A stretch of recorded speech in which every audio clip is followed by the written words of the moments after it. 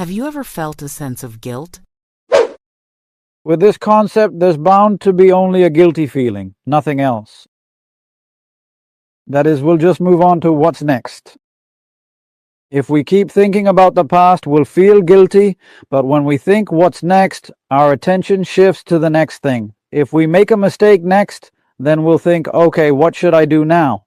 That's how it goes. Our focus will be on our actions. Secondly, as long as we have the attitude of it's okay no matter what, even if guilty consciousness arises, even if we feel guilty, it's just that. We won't go looking for mistakes. We won't even try to find fault with it. No matter what, we won't look for mistakes. Even if we feel guilty, we won't blame this girl. But when guilt comes, we don't need to use it for anything. No, we're aware of what we do. If there's something wrong in what we do, we'll immediately realize it. Like I said, when there's a guilty feeling, it's actually us who don't have much feeling, who will fix it nicely and correctly. So, are you saying that it's okay to do something wrong and then act like nothing happened? No, it's not like that. See, we always focus on being correct and perfect, right? We give importance to perfection. If we say this was done, and if it went wrong in some way, we'll correct it. That's how we approach things. So if you look at it now, is that some kind of answer? Let's say you're cooking. If you accidentally add a little too much salt, you don't just give up and throw everything away. Instead, you'll think about what alternative or solution you can use to fix it. That's how it goes. Spiritual practitioners say that waking up at 4 a.m. to meditate is the only way to gain that inner power.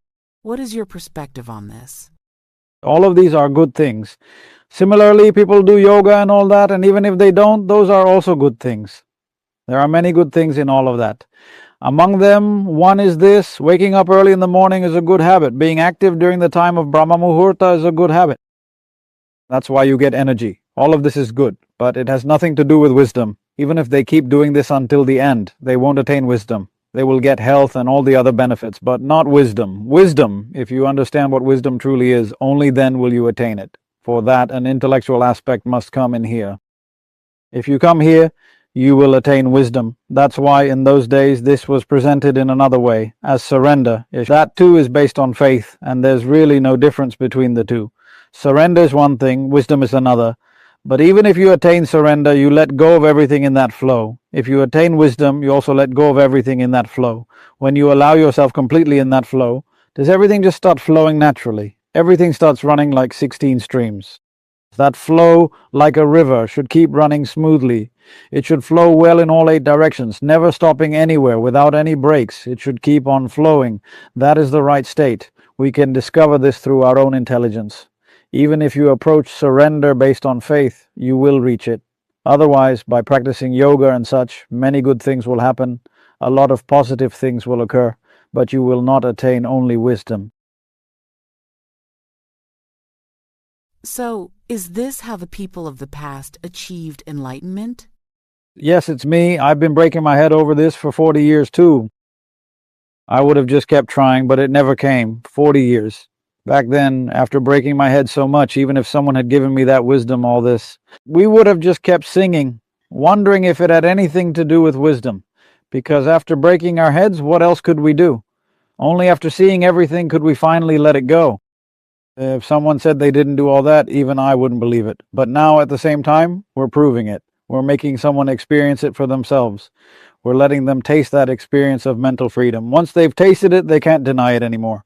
So we let them try it, and after that, whether they hold on to it or not is up to them. How can I practice gratitude in my daily life? No, whenever someone helps us, even without our knowledge, a natural sense of gratitude arises in us. Because that feeling of gratitude is correct, we can use it to move to the next step, either by expressing our thanks or by helping them in return. At the same time, if someone tells us that we've made a mistake, naturally, without our awareness, a feeling of guilt will arise. Even if that happens, it doesn't mean we have to sit in that guilty feeling and keep blaming ourselves. Instead, we should think about what to do next. We need to make an effort to move into action. As long as you understand it and it leads to action, that's enough. Even enlightened people say that by repeatedly thinking about or writing down a goal, the law of attraction will bring it to us. What are your thoughts on this? No, nowadays all this law of attraction and such are revolutionary actions, right?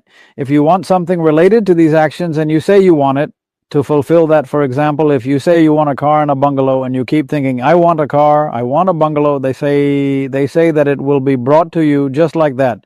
But what we are really saying is you make a decision. Those who talk about this say, decide what you want. We say, just make the decision. Once you decide, that's enough. Don't change your decision. You can imagine that it will come to you just because you keep thinking about it and you can dream about it. But that's not necessary. Whatever decision you make, try to fulfill that decision. Then it is your effort that will bring it to you. Even if you say you've been thinking about it for a long time, no one is going to come knocking on your door and hand it to you.